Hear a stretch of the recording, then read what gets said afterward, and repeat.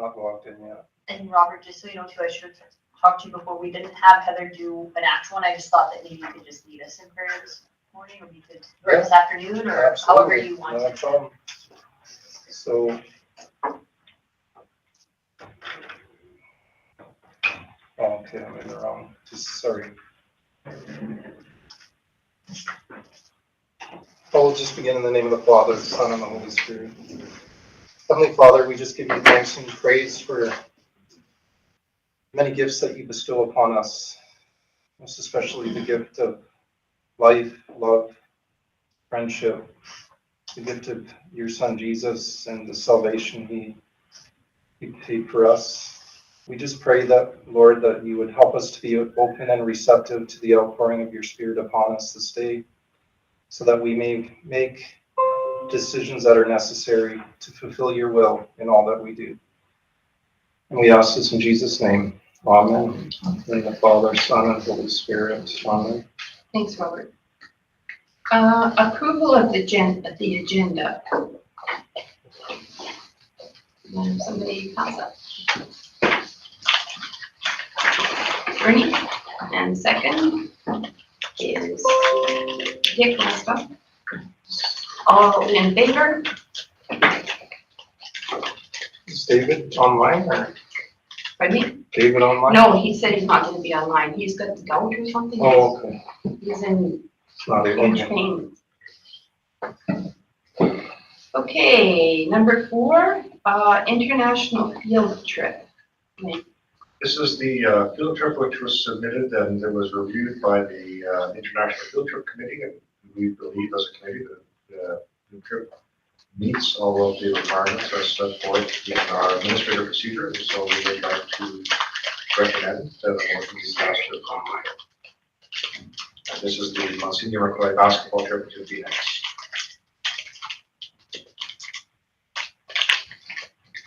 Okay, I'll make that motion. okay. Second? You don't need a second? Okay, all in favor? Okay, education plan. Wayne again. So the education plan was shared out with trustees and as part of the board package last week. And Chelsea has done a wonderful job of formatting our plan. You'll notice that there are well, probably some significant changes with respect to the division outcomes based on the strategic priorities, as well as the performance measures, because I think that was one of the things that the board was looking for from last plan, although we didn't have the performance measures in place. We have worked to develop the performance measures for each strategic priority. And so if the plan is approved today, then we will begin working, and Mr. Hellman and I have a meeting with a company that may be able to create a dashboard for our website that would provide live updates to it. And if we can't go that route, we are looking at a few different ways to be able to share that information as well. And then the performance measures is what I would be referencing in the fall in the monthly board report as well, providing an update specifically on those measures as opposed to just on the priorities overall. Okay, Bernie? Yes, Chair. Perhaps I'm confused or absent-minded, as I often am. I don't recall spending time in discussion about possible changes or going forward, because this is always adding a year as we move. Did I miss something along the way? I don't think so. So the 4-year plan was approved last year, and we didn't have any changes to the strategic priorities for this year's plan. And so, as we shared earlier, all we would do was further define the goals that we had, to put them more in terms of outcomes and actually have criteria that we can measure those in. But there were no actual changes to the plan itself for this year. Go ahead. So I can take it then. So then this actually occurred prior to my election. This was created, and then through the course of the year, no changes were made. Okay, I do have some concerns with that, which relate to my discussion item that was tabled last meeting to our next board meeting. And that's with the Sisters of Charity of St. Louis. And as I've stated before in various meetings, you know, I'm in favor of a theater being built, and I think that can provide a lot of opportunities for our students. But recently things have changed considerably, and our focus and our capital plan has changed. I question whether, you know, we've had the opportunity to have any discussion on this. And so it concerns me slightly that we still have this as one of our priorities when we really had no discussion on it. That's my point. Which part, right, what is the concern? Is it with the change in the Well- capital plan, or is it with having a theater? Like, which, or all of it? It's a combination of everything. I think the potential of the change in capital plan could be amazing. I see a lot of benefits to it, but I see a lot of drawbacks to it too, and a lot of them concern me. And that's why the last meeting I wanted to have that discussion. But frankly, I didn't know it was going to be on this at the time anyway. And I don't want to belabor the point or start a discussion that's going to go on for a long time unless you as chair want to do that. But I just look at it and go, our priorities are being influenced greatly by an item that has been to this point met with refusal of funding from the government. And we've changed our capital plan because of that. And again, I could go on for quite a while here, and I don't want to dominate this meeting, but I'm just concerned that we haven't had a discussion about it. And Okay, yep, okay. If that's okay. So I was just gonna say too, so Bernie, last year, the board came forth with these 4 strategic priorities, and so since those hadn't changed when the plan was being made this year, we continued with those 4.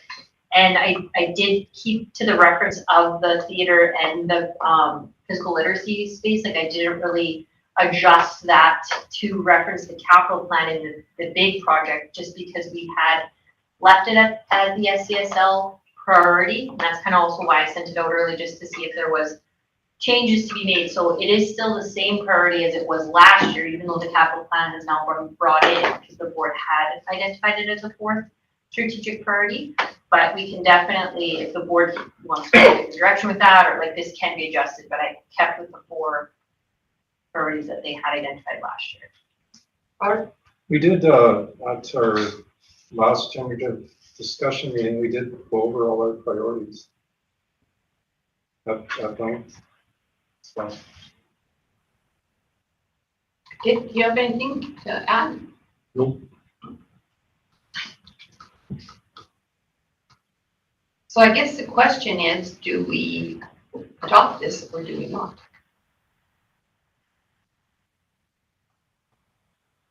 I just need to look at this.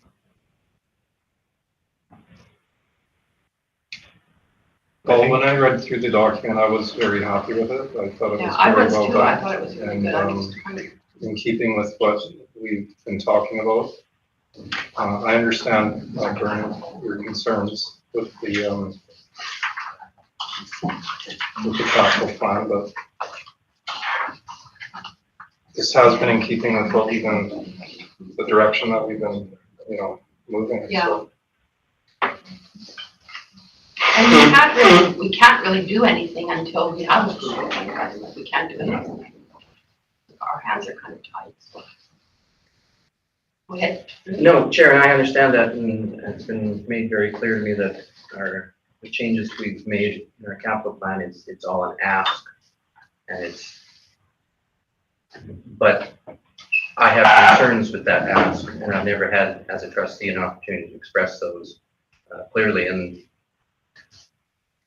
I don't think What would you like to do to be able to express? Chair, that's I don't know, again, because we tabled that discussion to the public meeting on the 14th. I'm forgetting the dates now of our next board meeting. But I'm just going, I have reservations. Okay. Go ahead. Just with respect to the two outcomes, the outcomes, the performance measures came out of the motion that was approved at the last board meeting. So, like that piece, whether or not we move forward with the project or not isn't, is for the board to have that discussion. But in terms of the performance measures, that was the motion that was approved at the last board meeting by Yes. trustees. No, I'm quite aware of that. Thank you. So that piece there should pass this, the test, I guess. It's maybe the larger discussion as to, from what I'm understanding, maybe it should be a strategic priority or not. But with respect to those measures, we're doing them as per the direction one way or the other. So that's why we used that in the document, because that was the first bit or the first step, I guess. Thanks, Chair. What exactly was the motion that we passed at the last meeting with regard to the capital plan? Didn't we vote to change the capital plan and advance this proposal to the minister? Have we already done that? And if we have, why is it back here? I think that was more of an engagement piece in the, because there was that engagement motion that David had put forth that he wanted the information, like, engage with Alberta Social Services, just what we need to move forward with. Like, the capital plan was resubmitted, but then he wanted to go further and by January or February 2023, do some of the visioning and the engagement and that sort of thing. That was. Well, that's not my recollection of it. I thought we had changed the capital plan. Yeah, we did. That- That went through. If the plan is approved and resubmitted. So then I come back to the question, why are we here for, with this? We've already decided that. This is the education plan. Education plan, sorry. So these are the outcomes and then the performance measures that we have in place for the upcoming year with respect to the project. So these are the things that we need to get done as the first steps for that project. Bernie, go ahead. Thank you, Chair. And I'm sorry, I feel like I'm belaboring this, but I guess my point is that if we have 4 strategic priorities, and this is listed as our 4th one, and we haven't had that discussion, which I'd asked for, and yet we're maintaining that, and we're just essentially saying, oh, well, we haven't made any changes, and we're just bumping this ahead and adding another year. I have an issue with that since we haven't had the discussion. And that's my point of bringing this up. Okay, so, Now, recognizing I'm one trustee, one vote, we're going to vote to approve this or not, and it may or may not be unanimous. We can resubmit or provide an updated plan after the discussion has changed as well. We already did, but this one has to be in to meet the deadline in this by the end of the month.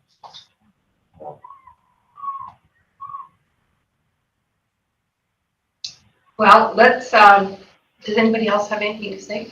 Because personally, I'm quite happy with this. So let's vote on this motion then. That the Board of Trustees for Medicine Hat, well, not vote, if somebody pass it. That the Board of Trustees for the Medicine Hat Catholic Board of Education approve the 4-year education plan as presented. Does anybody want to move that? Dick? Ready, second? No. All in favor? 3, all opposed? 1. Pass. Okay, locally developed courses, Mr. Howard. Thank you, Chair. So first of all, I'd like to thank Chelsea. She did the majority of the work on this. Bottom line is McCoy has, since our last board meeting, McCoy has submitted a number of other local developed courses surrounding their arts program and their outreach program. You'll see with audio, choir, and instrumental jazz band. Then there's some intro classes, and that was more towards what they might be doing for international ed. And some other courses that other students might want. So we're asking the board to pass the following motion. That the Board of Trustees for the Medicine Catholic Board of Education authorize Monsignor McCoy High School to offer the following locally developed courses. And we've done all of our, I see, I mean, Chelsea's done all our due diligence around contacting the boards that have these courses and asking their permission to use them. That all has taken place. So, is there any questions about any of the locally developed courses?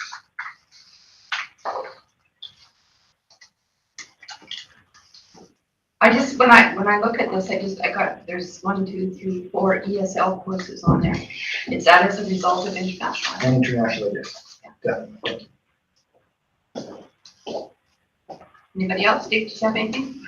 I just wanted to know what the cost is, and how the financing works for that, Chuck. Can you No cost. run through that? There's no cost. Thank you. Robert, did you have anything? Yeah. No. Bernie? No, I don't. Okay, so can somebody make that motion then? That the Board of Trustees for the Medicine Hat Catholic Board of Education authorize Monsignor McCoy High School to offer the following locally developed courses. And the list is there. I'll make it. Okay, Robert, all in favor? Passed unanimous. All right. Now we have the biggie. Mr. McPherson. Thank you. So thanks for this opportunity to put the final budget in front of you for a recommendation, and the senior administration will be recommending that this budget be approved as presented. We are very pleased that the overall division is projecting a small deficit of $29,000. That is identified on page 5 of the budget document. This deficit can be funded through our accumulated surplus from operations. The deficit also includes a $24,000 impact from the new reporting requirements for the asset retirement obligations. That's an accounting treatment that's mandated through the public sector accounting standards and as well as through the government of Alberta. This budget does not include the effect of the ATA and TIBA mediators report. That report hasn't been ratified at this point in time, and there is also uncertainty if the ministry will fund the new collective agreement obligations. If the agreement is ratified, our estimated expenditure impact in 22-23 will be approximately $253,000. We are very excited that this budget includes an increase in enrollment of 113 students, and we'll be talking more about that in a minute. But that's a very positive and good news story for us. We have made a increase in the revenue budget of about $395,000 to the funded model, and that's based on this projected enrollment. The amount of money that is funded to us through Alberta Education based on the funding framework was based on a certain number, and our projected numbers are coming through higher, which is translating to almost $400,000 of additional revenue. Administration did go through the budget on a very detailed look. We also presented a detailed budget to the trustees about a week and a half ago, which gave all of you an opportunity to look at the line item by line item requirements. Circling back to enrollment, like we said, our enrollment is expected to increase 113 FTE. So this is about 4.5% over our previous year. So that's very exciting news for us. The growth is 67 FTE higher than what our demographic rollover is. So if we took all our kids, moved them up one grade level, we're 67 FTE, even greater than that. So this isn't just a demographic switch. This is new students coming into the system. The effects of the projected enrollment were included, like I talked about earlier, in the revenue projection, as well as that's affected our staffing requirements. So we're fully staffed for those new students coming in. September 30th, 2022 enrollment will positively inform the precise enrollment numbers and will make the tweaks needed after that September 30th cutoff date. I will note there is a heavy distribution of enrollment in our junior high program, which can be a very positive factor for us as we're seeing the transition rate from grade 9 to grade 10 to be much higher than what we saw before in the past. So this means if we continue along this trajectory, our high school programming will start to see an increase as that bubble of students proceeds through the system. We're also very excited with our international education program.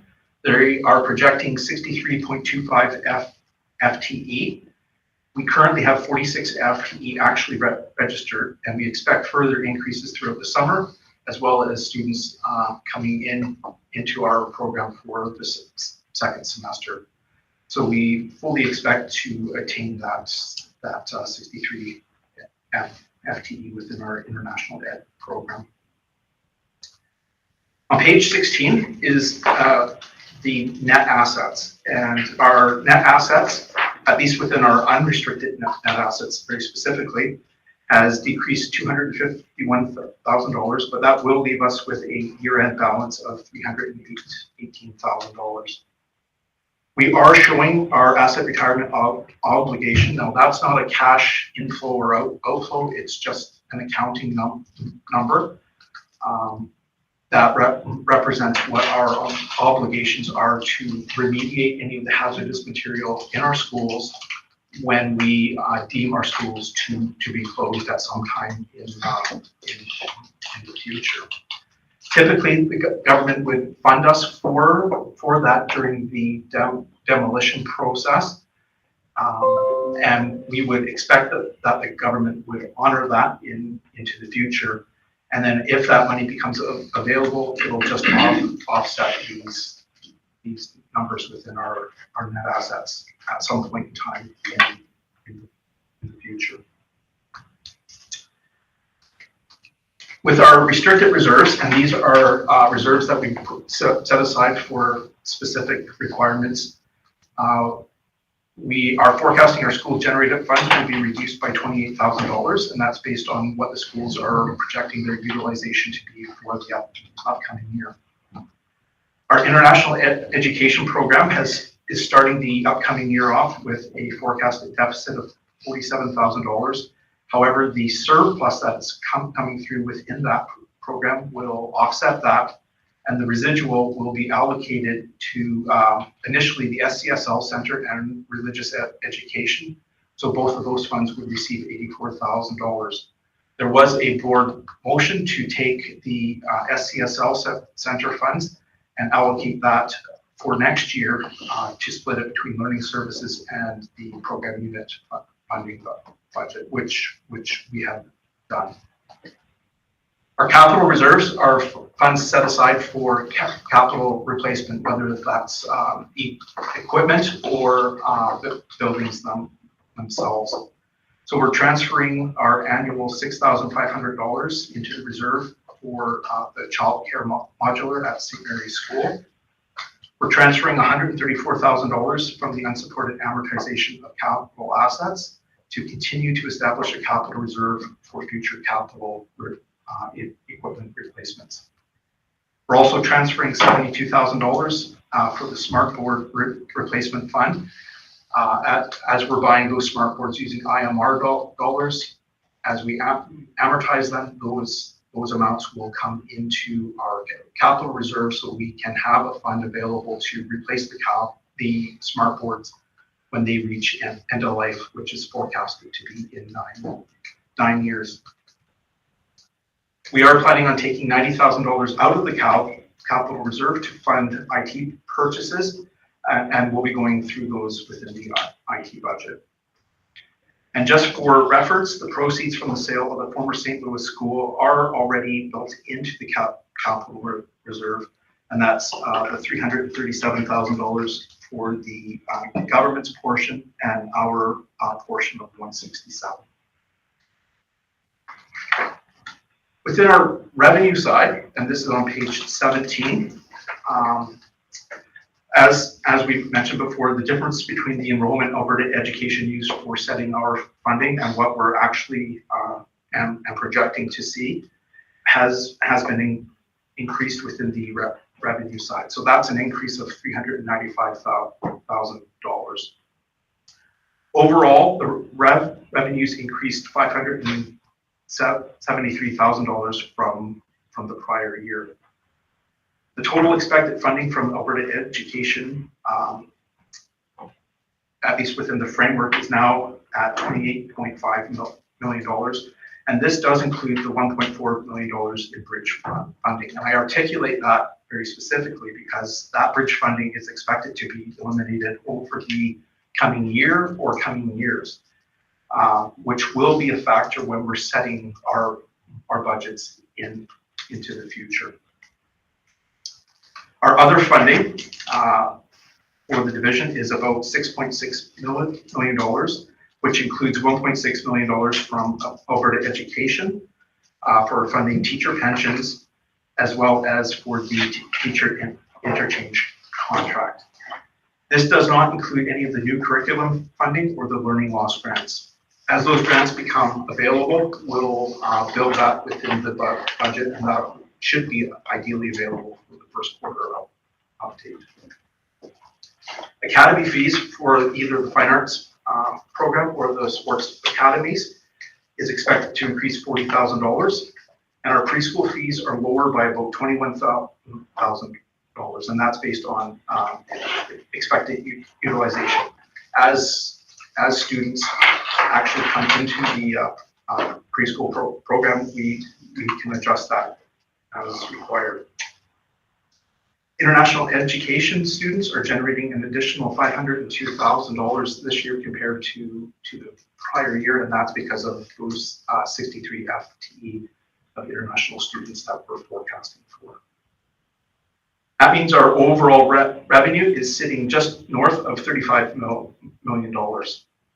We do have a high potential for approximately 25 more Ukrainian students, which would have a positive impact on the funding, and we'll be able to make that assessment on how to account for that in the fall when or if those students materialize. Can I just ask, of course, how that funding for the Ukrainian students comes? Is it just the same? It's just the base funding, or does it? Our understanding is it would be base funding, and then there might be an adjustment under the funding services side based on the needs, but we'll have to see what government comes through. Good. On that. Are there any questions on the revenue side before we jump ahead into the expenditures? I'm not sure if this has to do with the revenue, Greg, but you're talking about that we're going to be approximately 65 students over our demographic, and we've got 63 international FTE. That's Are not, they, those are separate. they're separate? You can't say that they come from there? No. Okay. No, when I'm talking enrollment, it's Alberta Ed funded, and then the international ed students are funded through their parents, so we count those separately. So this 113 students up is based on Alberta-based students enrolling in our division. I know the division keeps pretty close watch on those kinds of things, but do we know where they're coming from? I don't have that information available. Dwayne, or Chuck, have you heard? Not all over really, so there's some from Asia, some from Brazil, correct, Mexico. These would be the new. Oh, the students. UK, international kids.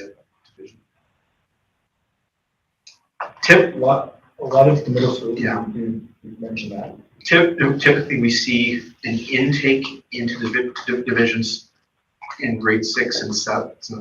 So that's where a large number of those students are coming from. But right across the board, we're seeing new. Yeah, almost every grade has an increase at some point or another, and so some of those might be new families moving to Medicine Hat and choosing our system as well.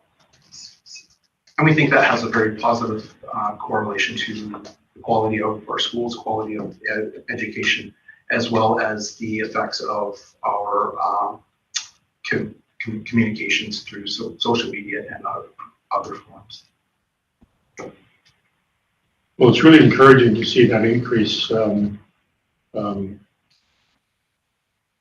when other divisions are having decreases. It's really gratifying to see that. Very pleased. I agree.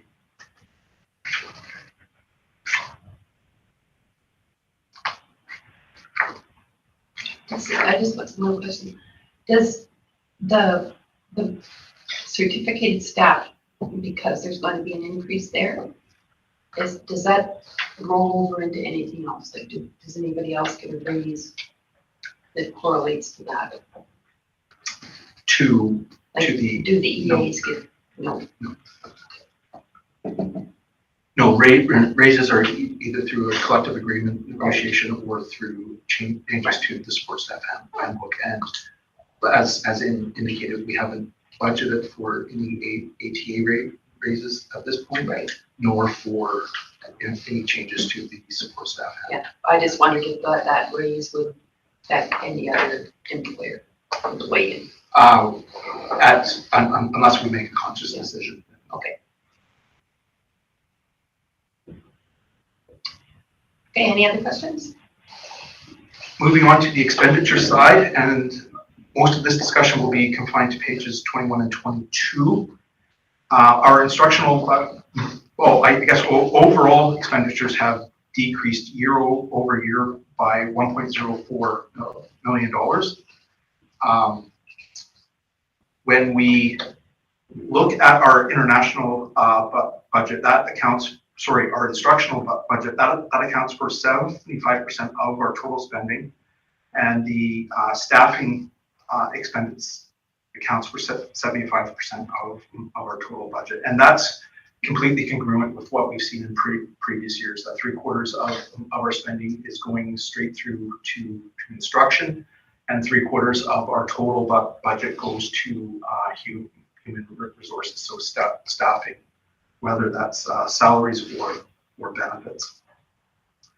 Within the instruction side, and this is highlighted on page 22, our instructional staffing budget center has the accumulation of our school-based staffing, and that can be secretaries, teachers, or certain other support staff. The budget is $26.3 billion and has 141.25 FTE of certificated teachers. And that's an increase of 4.9 FTE from the previous year. That translates to $638,000 of additional spending.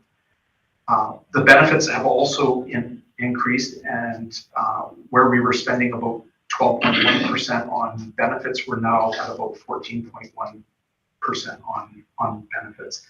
And the bulk of that is going because of ASAVP benefit cost increases, and that translates to $265,000.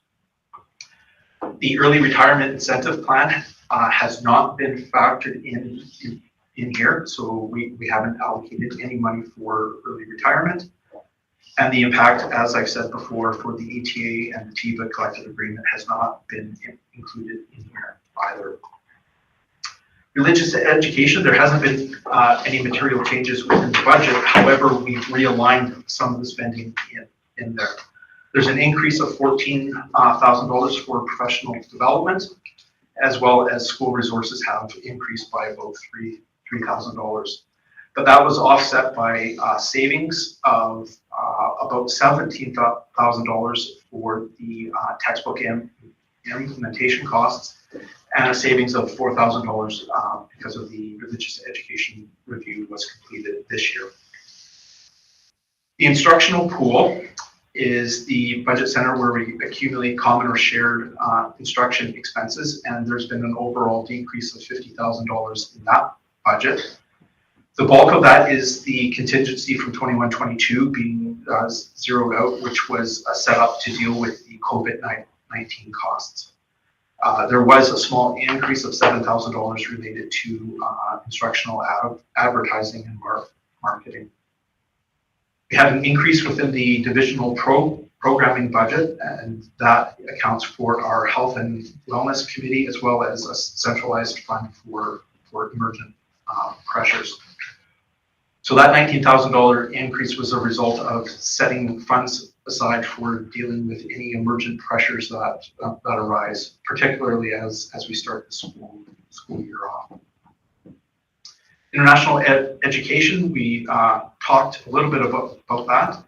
The overall budget has increased by $259,000, and that's directly as a result of higher activity. We have a lot more international students in our program now than we had previously. And like we talked about, the surplus of $217,000 that is coming from that program, $47,000 of that's going to be used to eliminate the accumulated deficit. And then the residual is split evenly between religious education and the SCSL Center. And the portion that was going to the SCSL Center is being allocated to Hugh and Terry's budget.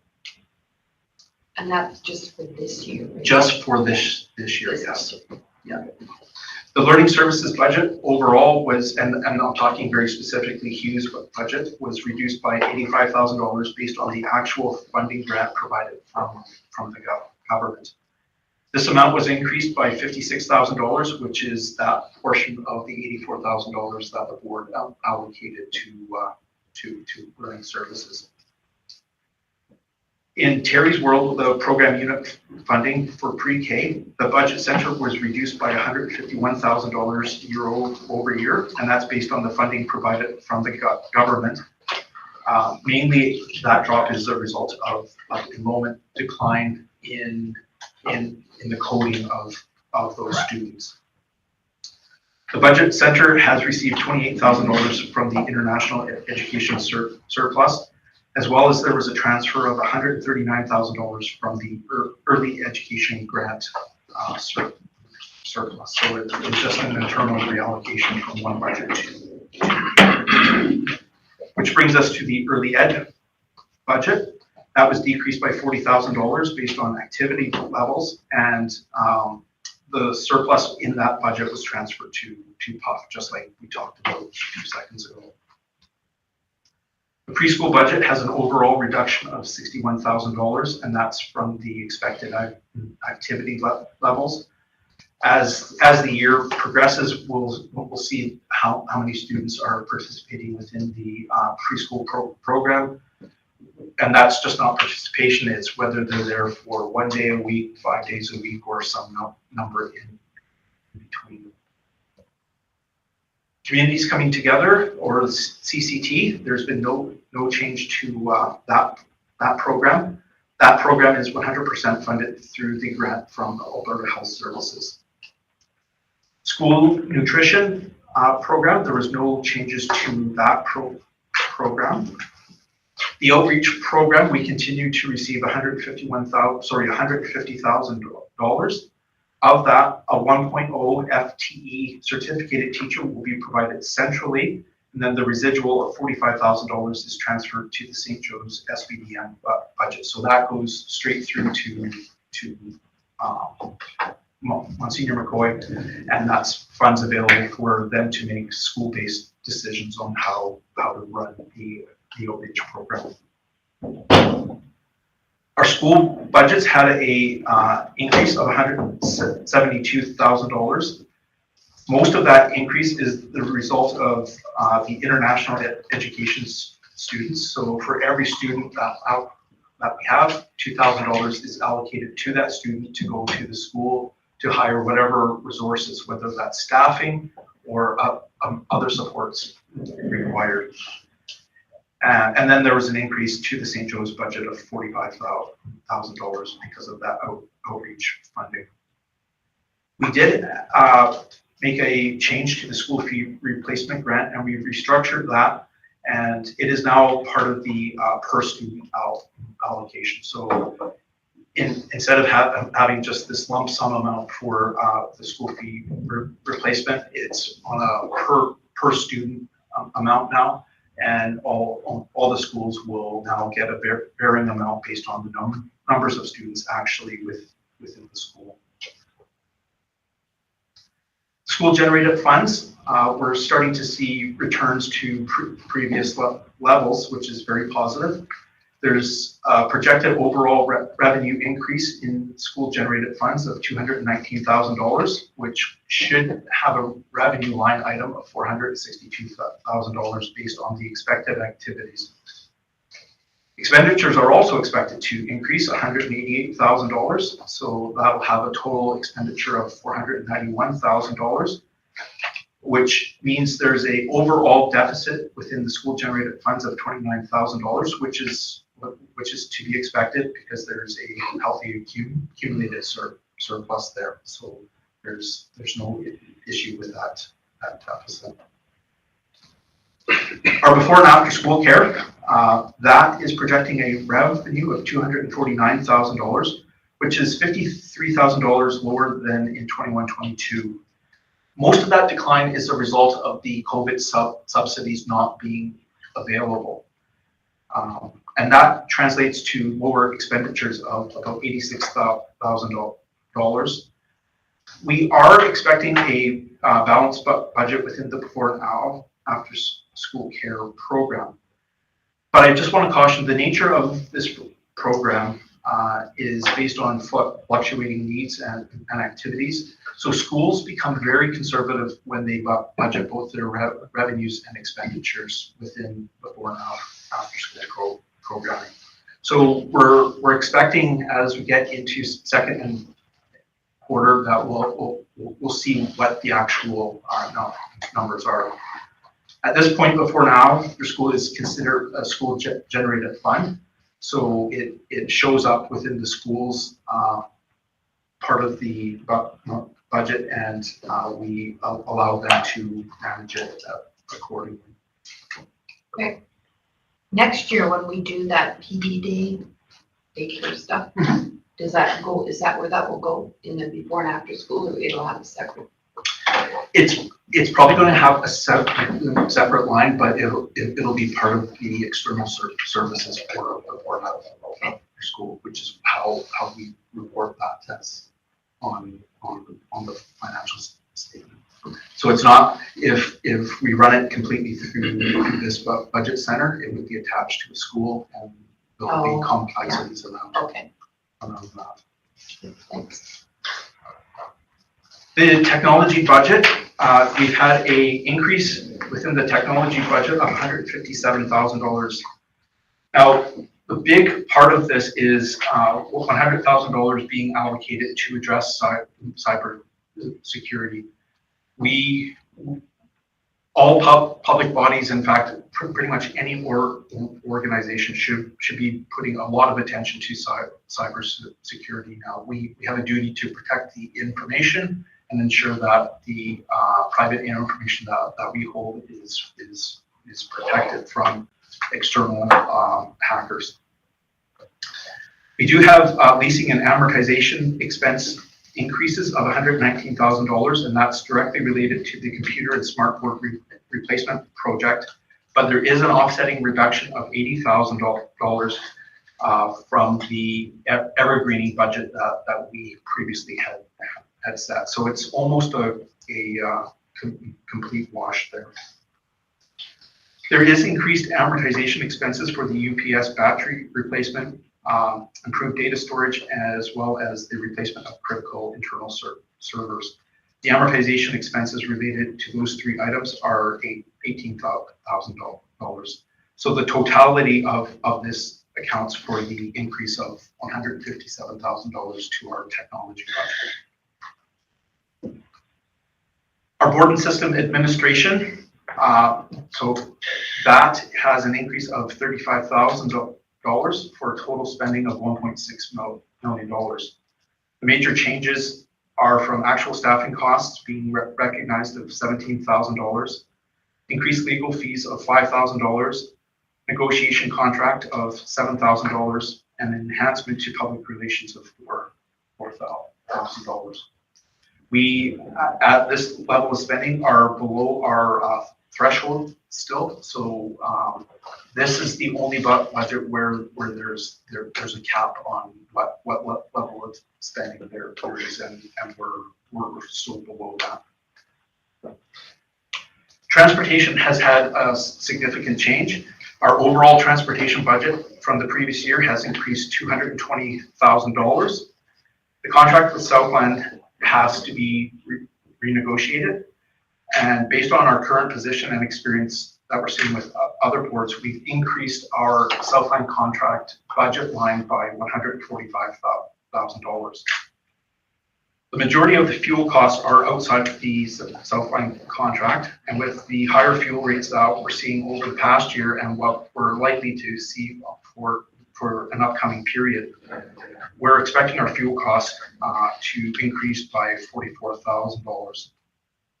Our buses are running longer routes, and we're having more time on the route, which is outside the base contract. So that results in an increase of about $28,000. The GPS swipe card and camera project, which we had budgeted for within the current year, is going to be deferred for another year. So that will be a savings of $35,000 to try to help mitigate the increased costs of our transportation operations. This means our transportation has a budget with an overall deficit of $244,000. So that's something we're going to have to be mindful of as we discuss things with the government, that our transportation costs just continue to spiral higher. And we're very grateful for the 4.5% increase on our transportation funding. But as you can see, the 4.5% increase just isn't keeping up with the increased operational costs. We also have to remind ourselves that the results of the provincial task force on the school bus transportation may have impacts in this area into the future, whether that's regionalized transportation or other directions that the government may provide us.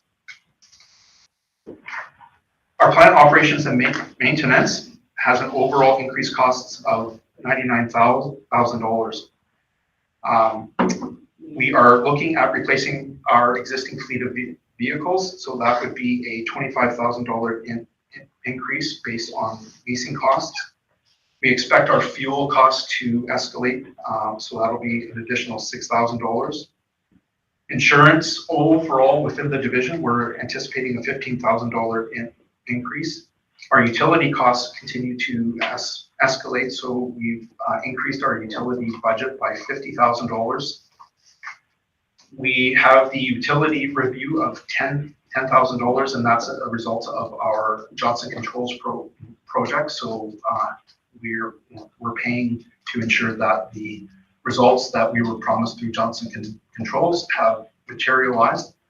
And I just want to reaffirm, if we hadn't gone through that Johnson Controls project and reduced our energy consumption, whether it's through our modernized HVAC system or our LED lighting, our utility costs would be far greater than what they are. So it was a very well-timed project, and we're very grateful to the government for the $2.5 million that they provided to us for that project.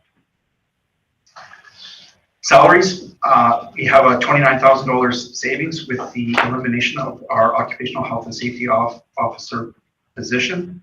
While the position has been abolished, those responsibilities have been transferred to our facility and operations supervisor, as well as our deputy superintendent.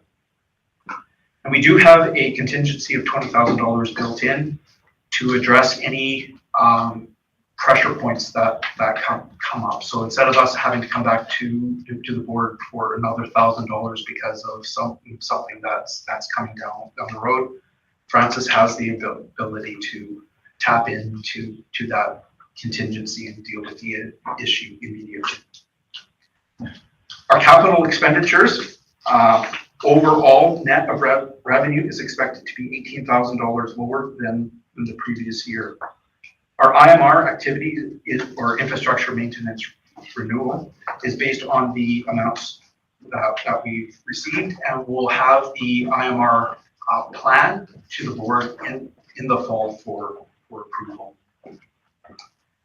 Our amortization of the IMR smart boards is an increase of $72,000, as well as the $90,000 of purchases which are being funded through the capital reserve will have an impact on our amortization expense of about $18,000 per year.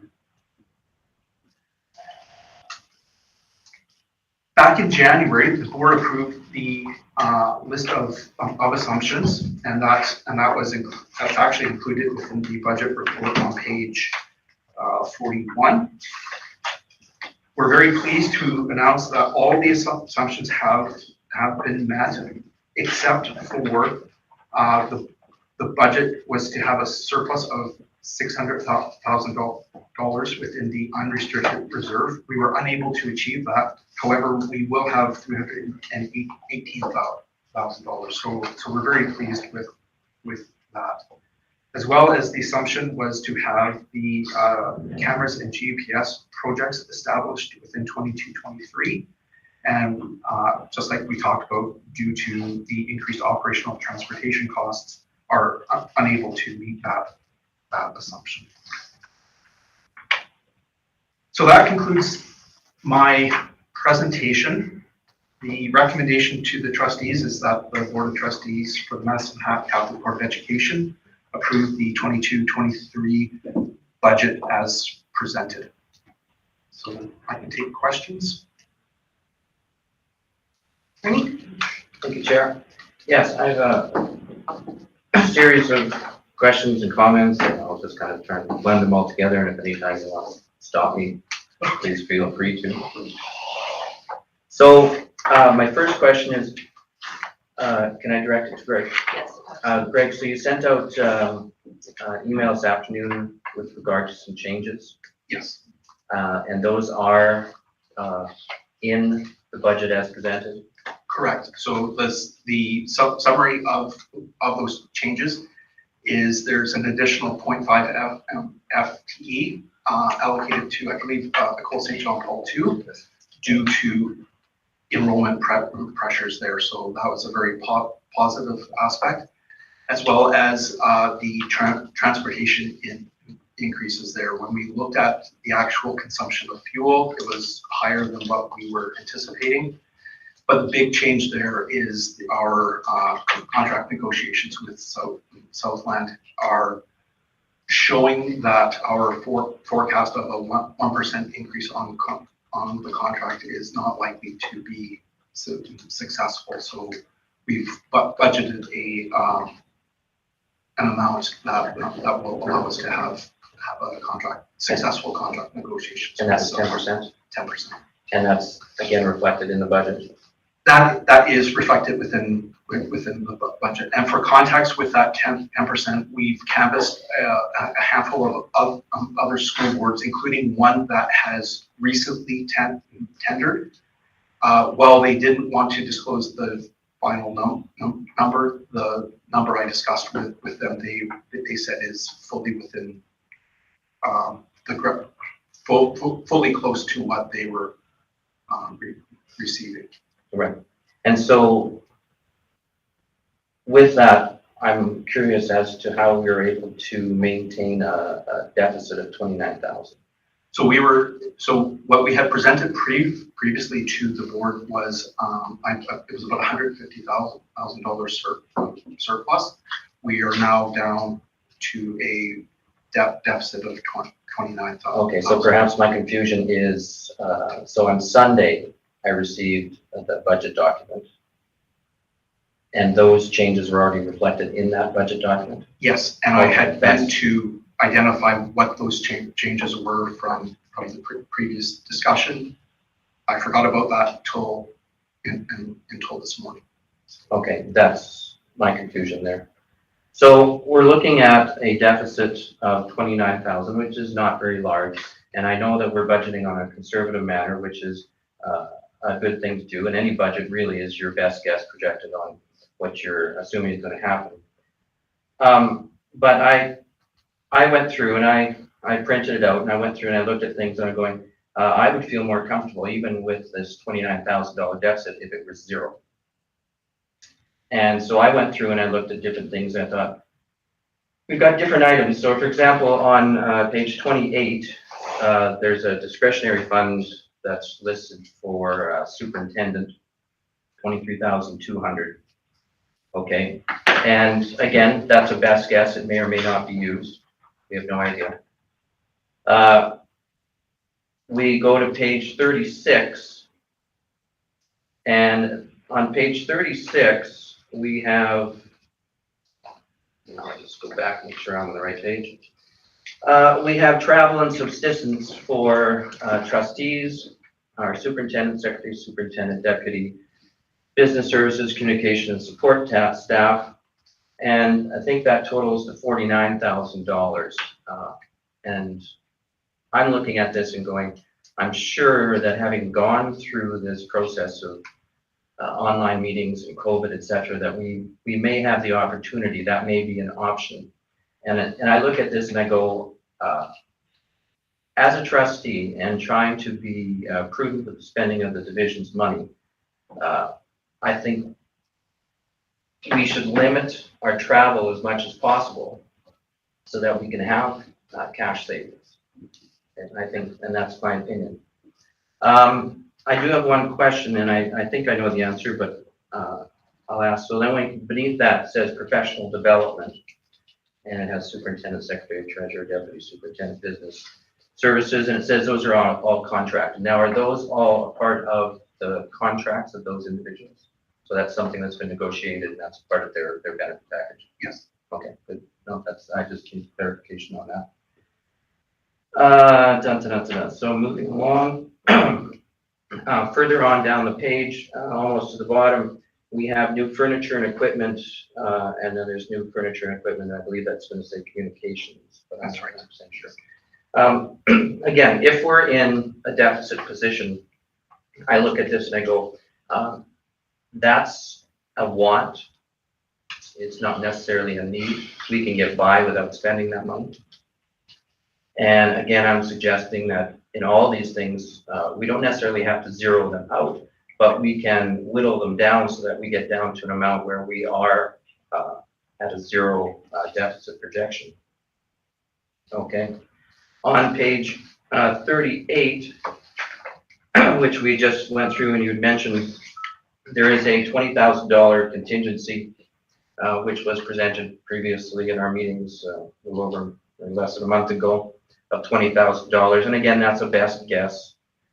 And I look at that, well, we could just as easily best guess that to $15,000. We move along, and so I'm just trying to go through these fairly quickly, not to belabor the point. So we get to page 41, and that's our listing of our assumptions. One point I wanted to address was number 16. And I know we had talked about that and we had said, yeah, this could be possibly a good idea to include a fall retreat with trustees and school administrators. I wasn't able, going through this, pardon me, to find where that would be a line item in the budget. So a lot of it would be, setting up the fall retreat could be within this office, so the amount of expense related to that would be minimal. Right, but there was also a suggestion that it could be elsewhere, somewhere else in the province, perhaps. I'll just use Elkwater for chance. So then we're looking at it as just saying, we may have a retreat, which may be a day or two that we're gonna spend here. And that's the likelihood. I think that was the discussion or the end of the discussion. I didn't think it was finalized, but I'm good with that. I prefer think that. The overwhelming flavor of the room was good. Okay, good. Let me have missed one. Again, pardon me.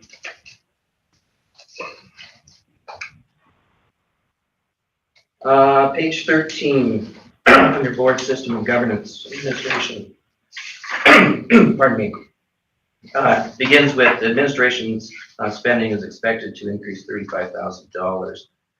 And then it lists another series of items, increased legal fees, 17,000 or 5,000, staffing costs, 4,000, blah, blah, blah.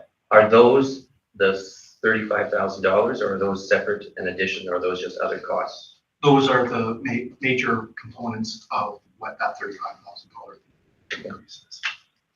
All right, thank you. So, again, my point, and I think I've tried to say this right from the start, is we're trying to prepare a very conservative budget, but I think we need to be prudent. We also have to recognize that these are all our best guesses. I would suggest that we as trustees would discuss this and perhaps say, let's minimally alter some of these numbers just to get us down to that zero factor. I think that would be have a better perception from the public that we're doing our best to zero things out and not run a deficit of any sort. Recognizing, of course, that anytime that I can remember in recent memory, and please point out if I'm wrong, that we have our budgets we prepare in the spring, whereas in the fall, when we have them audited, we often have surpluses that weren't being shown here. And recognizing that, I don't want to say, oh, well, that may occur, but it may not. I think we need to zero this out. So I'd welcome discussion on that. Robert? Well, I think you should, if that's your feelings, you should make a motion to that effect and then we vote on it. I think the budget is good. I'd like to commend Greg, the work that you've done. You know, I understand your concerns, and I think the line items that you pointed out, they could be maneuvered somewhat to so that we can be a zero budget. So if you were to make that motion for a zero deficit, I would support it. I don't know that we need to change that. The couple of things there that were mentioned on the contingency, both for excuse me, for the superintendent and for the and for Francis, I believe there needs to be a contingency there. As far as the expenditures go for trustees and for travel, those have been greatly reduced, probably to the tune of 75% since before COVID. And now that we're getting out of COVID, there are some expenses that are going to be recurring. For example, the annual fall general or the spring general meeting, which is being held in for the ASBA, which is being held this weekend in Red Deer. I believe just Kathy and I are going. I don't think transportation is going to allow that we go together. There are hotel costs there, and that's just part of the cost of doing business. And I think the budget in previous times were considerably higher.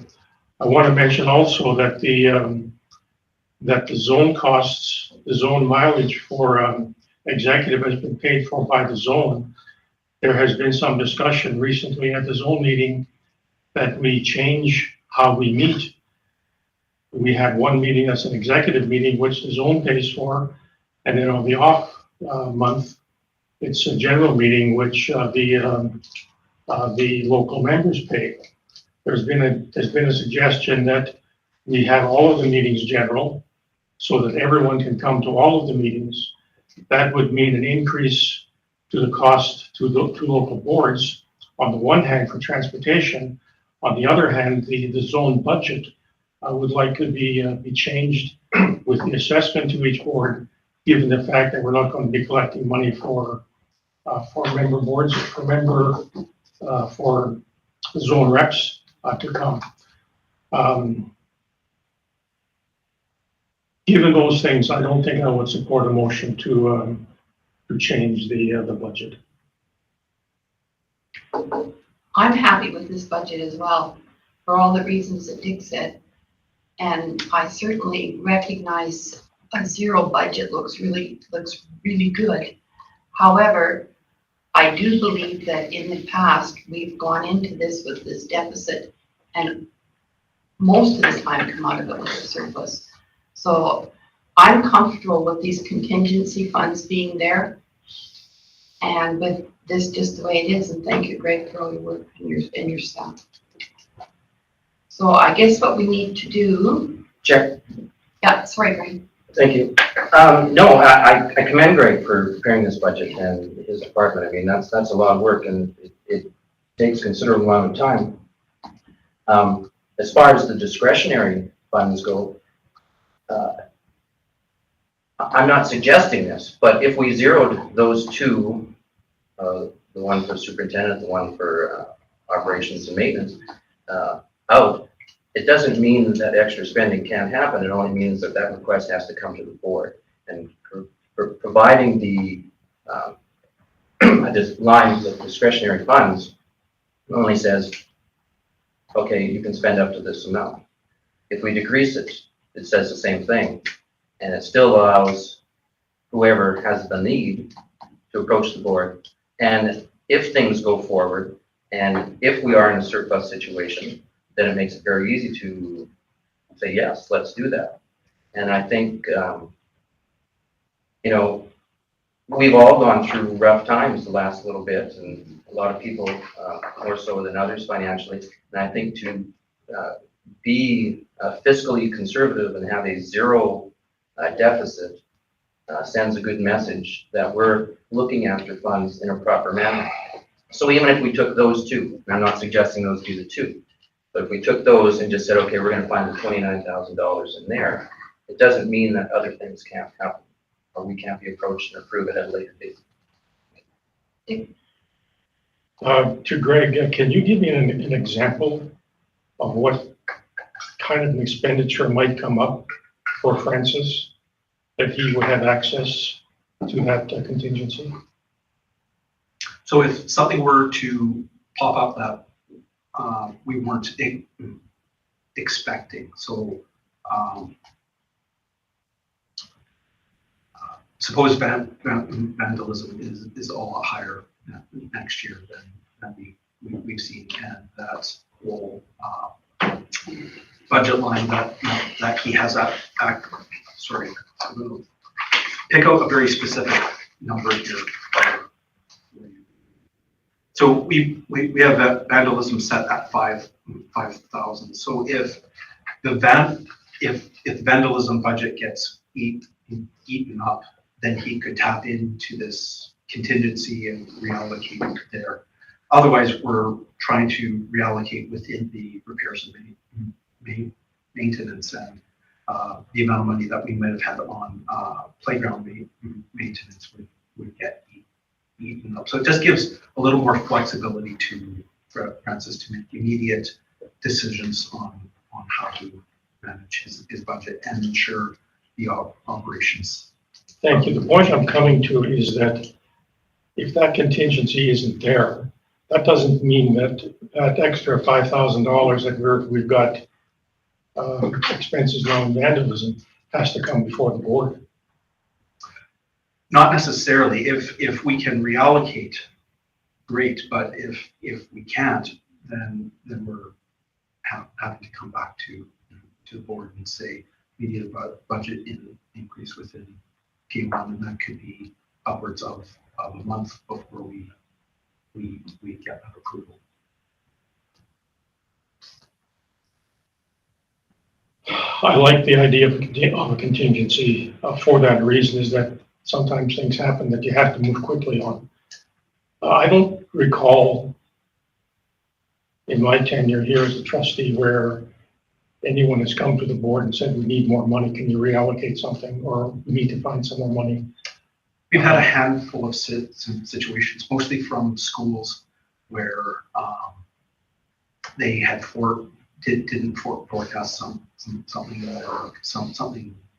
like a new playgrounds needed, and they go into their school reserve. We come back to the board looking very specifically for funding for Thank you. often within the quarterly reports is when you would see those requests. We've had requests from IT, requests from learning services for increases.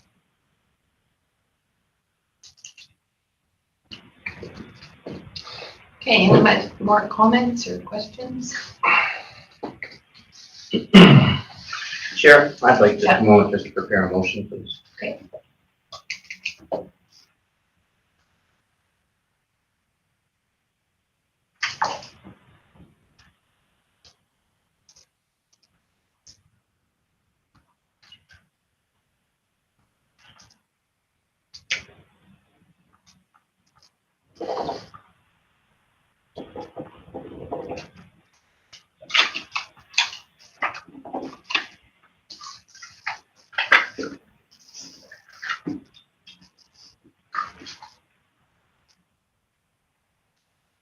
Chair, I'd like to make a motion. Okay, Okay, I would move that we reduce our expenditures on various budgets. First one being superintendent's discretionary fund by $10,000 to $13,200. Second item along with that I'd like to see reduced is the contingency for plant operations and maintenance reduced by $10,000 to $10,000. Third item I'd like to see struck and removed from the budget is a $7,000 item on page 36 with regard to furniture and equipment, which has 2 lines. And finally, final item amounting to $2,000, which would be a reduction of $400 to each trustee in terms of our travel and subsistence allowance, for a total of $29,000.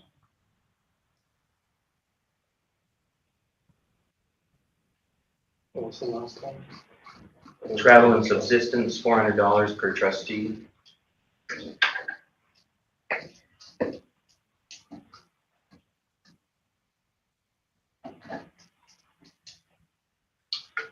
okay, any discussion?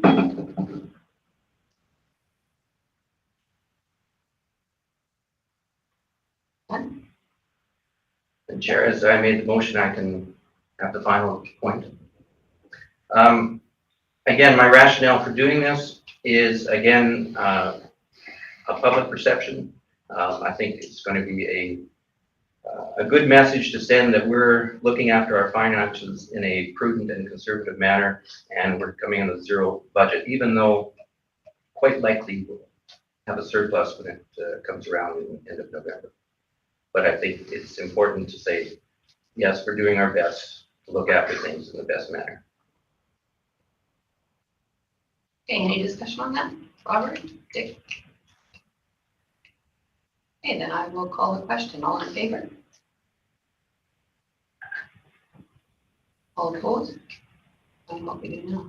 It's moved. Motion is passed, motion is lost. So we go to the Okay, main then we go motion. to the other motion. Yeah. That the Board of Trustees for the Medicine Hat Catholic Board of Education approve the 22-23 budget as presented. Who would like to move that? I will move that. Mr. Muscal. All in favor? All opposed? Passed. Okay, Thank you. closing prayer.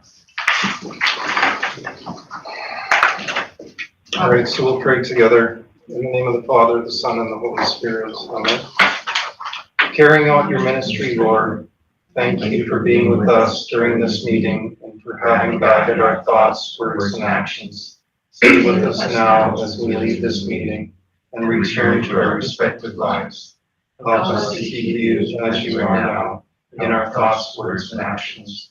We ask this in Jesus' name. Amen. Okay, meeting adjourned. Thank you, Kendall, for being here. Thank you for having me. Super, I understand.